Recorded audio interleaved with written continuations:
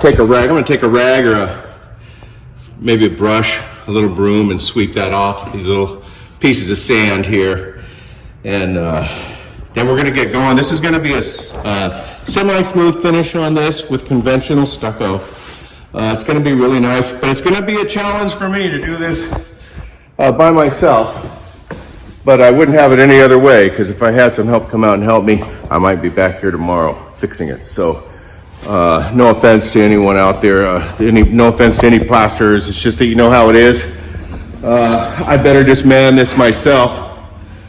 It would be nice to have somebody like Gabe come behind me with his tape and do all the corners, because that is his specialty. But unfortunately, he's off working in the city in San Francisco today. So I'm up here by myself, and I'm going to dial in all these corners. Here's the sample that I created. Now this is a sample from the Material Yard from our good friends up at Western Stucco, and it's quite a bit whiter. It's quite a bit white, quite a bit more white than the sample that I produced. But mine has a little burnishing in it, and the first sample that I gave him, it had a lot of burnishing in it, and he didn't like it. But the first sample didn't have any color in it either. And I wanted to really kind of give it a nice, smooth, really a smooth finish on the top. And it's a lot smoother. This is a lot smoother than the sample that they did up there. So that's how come it's more burnt, it's more burnished. And I did a corner for him too. I did a sample of the way the corner is gonna look. You know, this has a lot of corners on it. And that's going to be my challenge today, is to be able to dial in all these corners here at one time. Granted, I could do just the face and then come back and do these inside returns, but the corner is not going to look as delicious as it would as if I can do it all at once.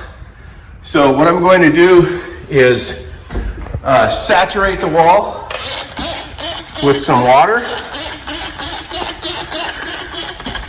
and get that all nice and cold and wet. I'll get a nice base coat on there, and then I'll come back and I'll do the finish coat, the final coat, and then I'll dial in those corners, and I've got a lot of confidence in myself that I'm going to be able to do that. I will be masking everything off in here and around the floor area where the tile is going to sit. The hearth, I'm going to wait and do the hearth last. I pulled the form off of the hearth because I want to be able to return this corner down to the floor, so you're not going to see a dark line after the tile comes up against the hearth. You're not going to see a dark line there. It's going to be a nice corner. I didn't plan on doing that, but I saw that it was the only way. So over here on both sides, I have a couple of small hot patches I'm going to have to make, but the tile is going to sit below that there, so you're not going to be able to see the hot patches. Right here on the corners, it looks like there's some stucco missing, so that probably happened during the floating, but overall, it is a really nice float job. And the first coat of stucco that I put on is going to fill these areas in, so no worries there.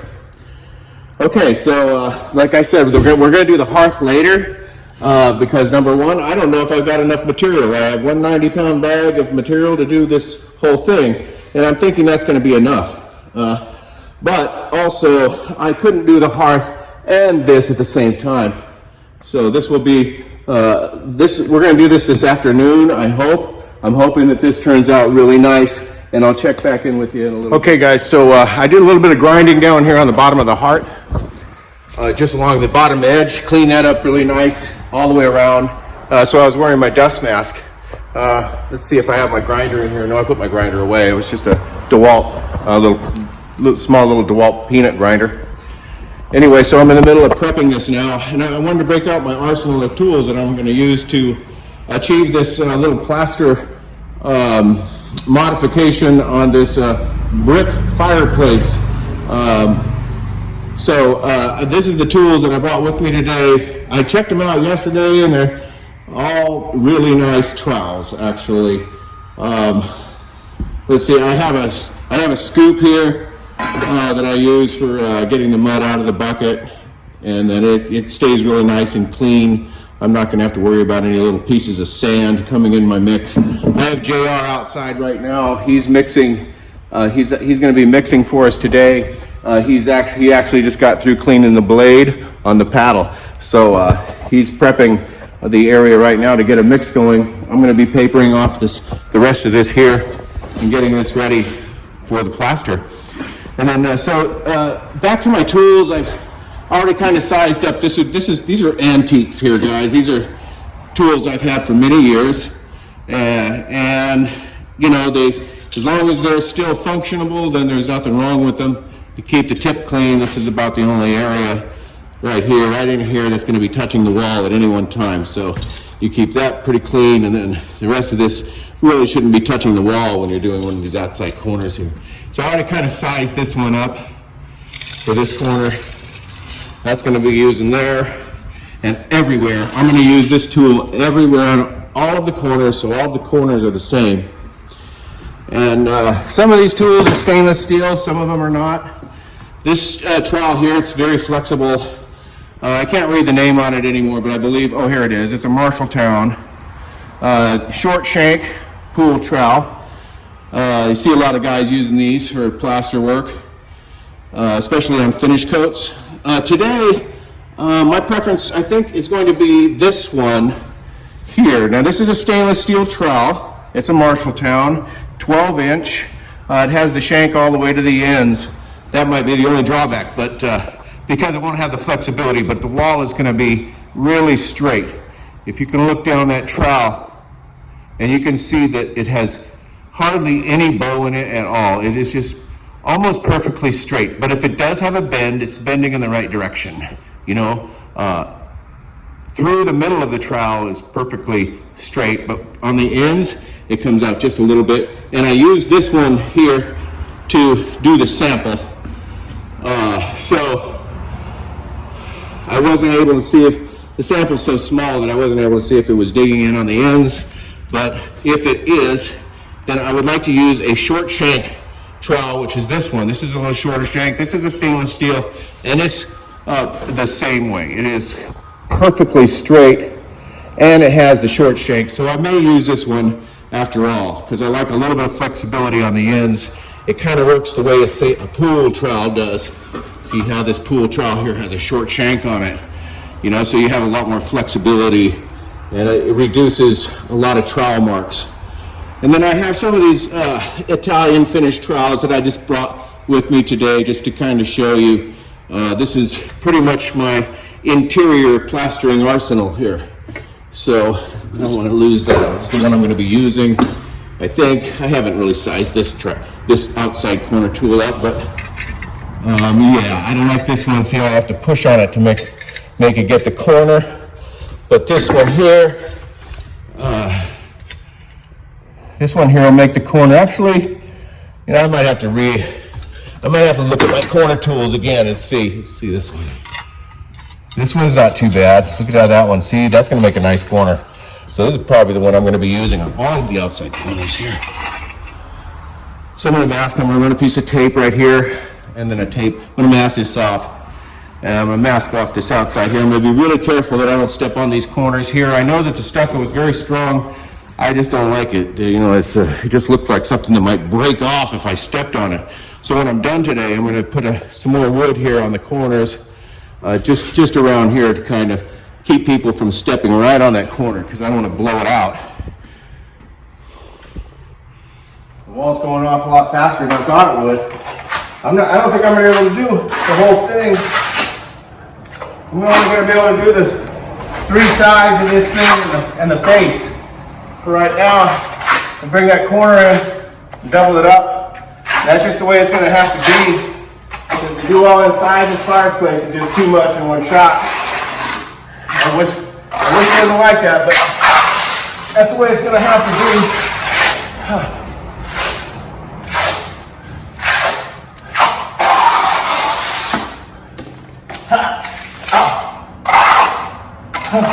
Good thing that can be edited.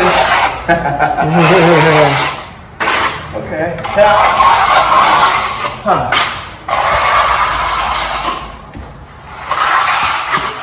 Okay. Maybe I can get this bottom left here, huh? At the same time, maybe. I could probably get the whole thing if I try hard enough.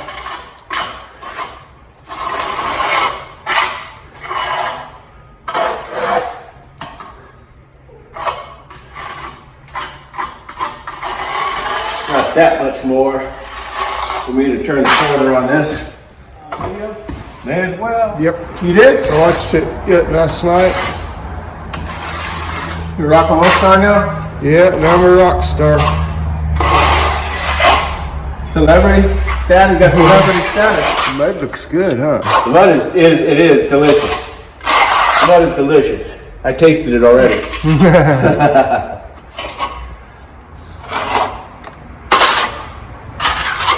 Okay, let's drop back and start bringing it in.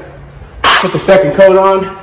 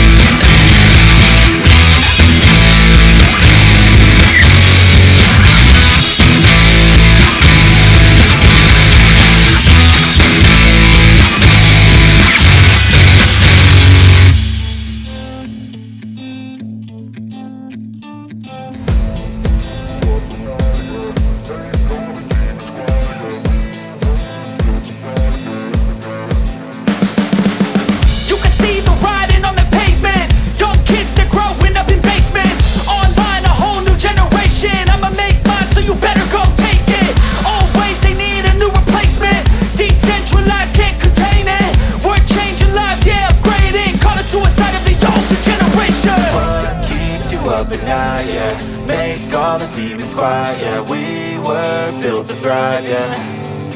I think that we've all had enough. What keeps you up at night, yeah. Make all the demons quiet, yeah. We were built to thrive, yeah. I think that we've all had enough. Oh, yeah, I think that we've all had enough. Sick of dealing with the old plan. They know that we're calling it wrong. You got me like, oh yeah, I think that we've all had enough. Sick of dealing with the old plan. They know that we're calling it wrong. Hey, it's too late to try to go contain it. A generation fueled by creation. We live lives on a small screen nation. We control the airwaves, no negotiation. I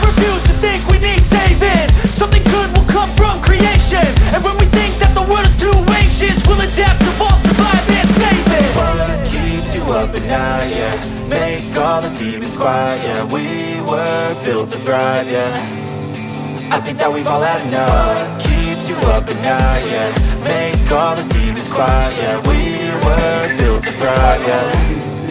I think that we've all had enough. Oh, yeah, I think that we've all had enough. Sick of dealing with the old plan. They know that we're calling their bluff. You got me like, oh yeah, I think that we've all had enough. Sick of dealing with the old plan. They know that we're calling their bluff. Hey, oh yeah, I think that we've all had enough. Sick of dealing with the old plan. They know that we're calling their bluff. You got me like, oh yeah.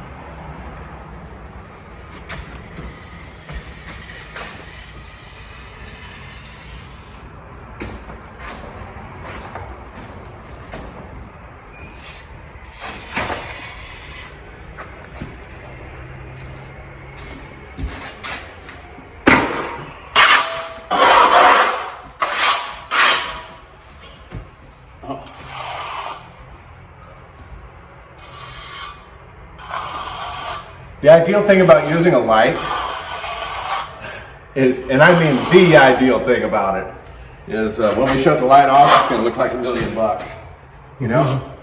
When you have the light on, you know, you can see everything, you know? That's why we use the light. We want to be able to see everything. It's like in the surgical department. We're the surgical department here. Okay, that's beautiful. Woo, I like it. Oh yeah, baby. How about this one, huh? How about this guy here? Oh, we're gonna come in from the side one more time and oh yeah. Get it close up. Yeah, we're gonna come in here. Okay, coming that way now.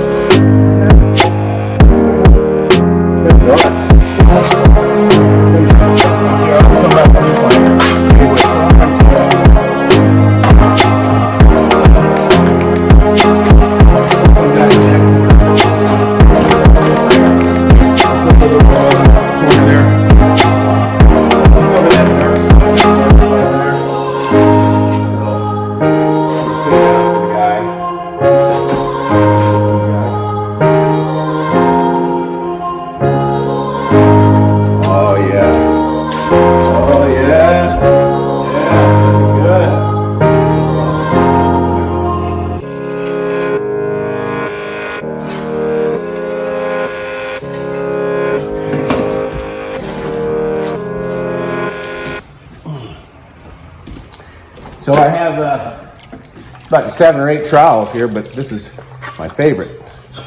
My favorite one. Oh, edit that out of there.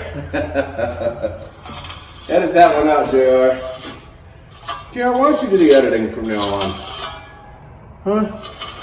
That's all right. You have iMovie or something like that? You know, Adobe Flash or whatever you call it.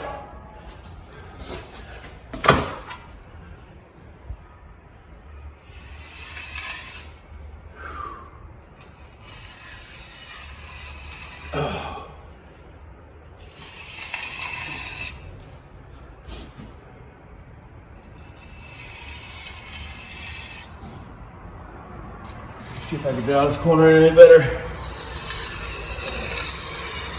Oh man, that's gotta be the nicest one yet. Probably because we kept working it. You know, we didn't give up on it. The only thing I don't like is right here, but there's a little bit of a swale. So I'll put a little bit of mud on there to try and fix it. I think that's gonna be better than it was. What do you think, JR? I think so. Yeah, I think so too.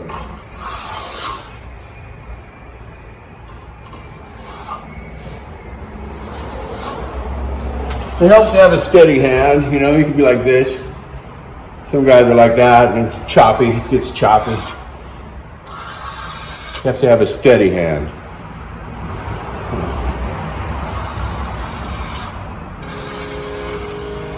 And look, it's starting to shake.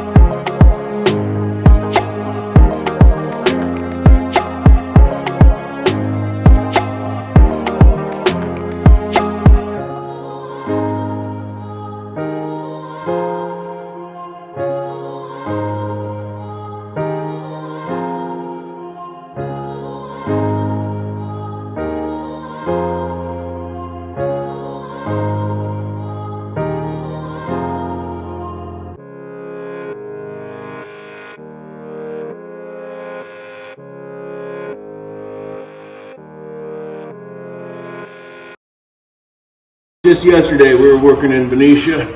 Yep. Huh? Yeah. That big old gable. That big gable over there, huh? Yep. Wow. Remember your first trip to the material yard over there? Yep. Yeah. And my first morning on the job. My first morning. You remember that? Yep. Wow. Huh.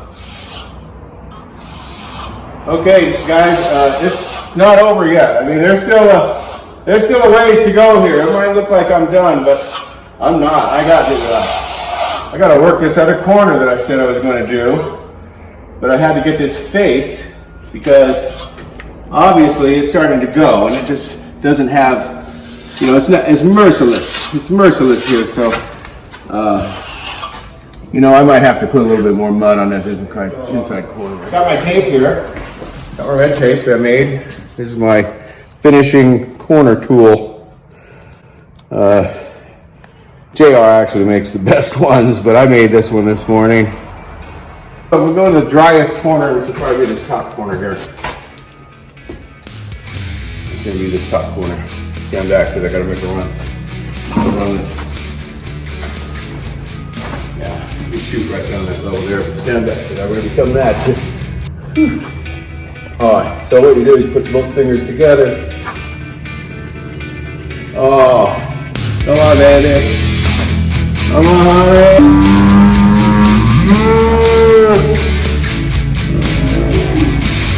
Oh, look at that. Oh, that's sweet on that corner. That's sweet.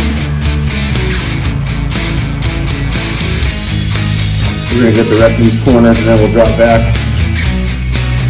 Fix anything if we have to. We'll come back all the way up here. Because this is where it started getting a little rough. Try to see if I can keep the same roundiness. Same shape all the way through here. Coming back at you.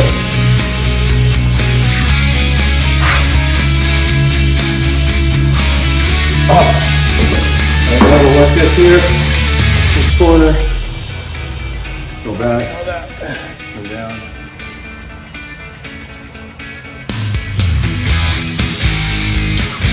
Oh yeah, I can see that little hairy stuff right there. Just gonna take this tape.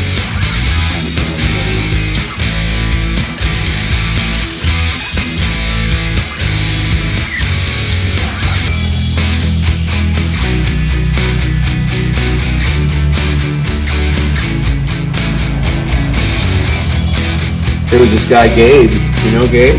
Remember Gabe? Mm-hmm. Yeah. He specializes in corners. He's the one who taught me how to do this.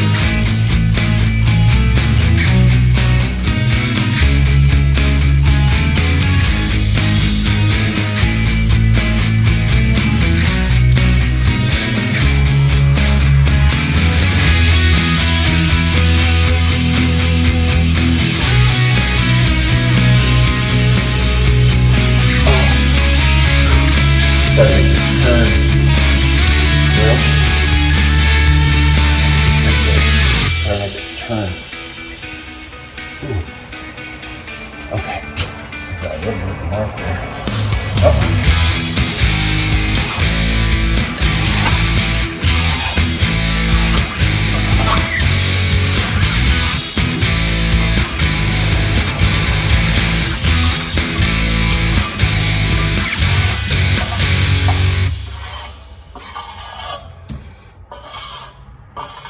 Okay, so now we'll cut these corners here.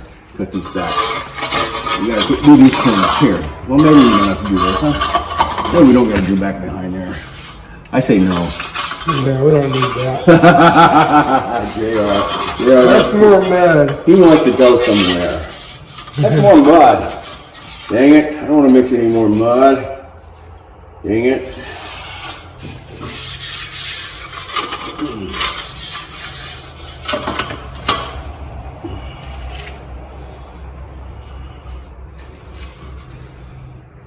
I'm just gonna make myself a little patch kit here and patch that in right there. See that big hole? Okay, so I'm gonna pull the tape off over here, pull my trowel on there just in case, and go down. Uh-oh, Okay, the tape is starting to pull the paint off the wall, but I'm not too worried about that, but it is a fact.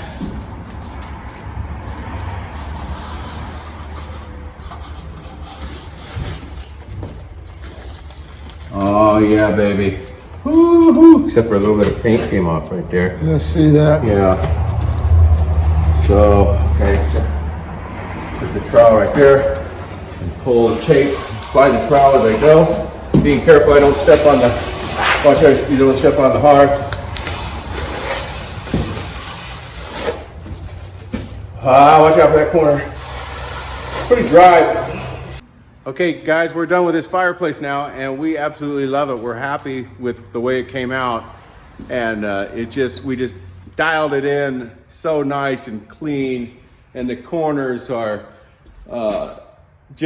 we taped the corners and they're smooth as silk, and the hearth came out wonderful. Look at that nice beautiful modeling, and I even did the little return down to where the tile is going to come up against the hearth, so you're not going to see any dark spots down there.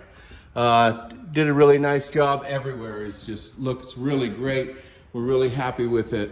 And this is not a water trowel. I did not water trowel this. It's done with a dry trowel.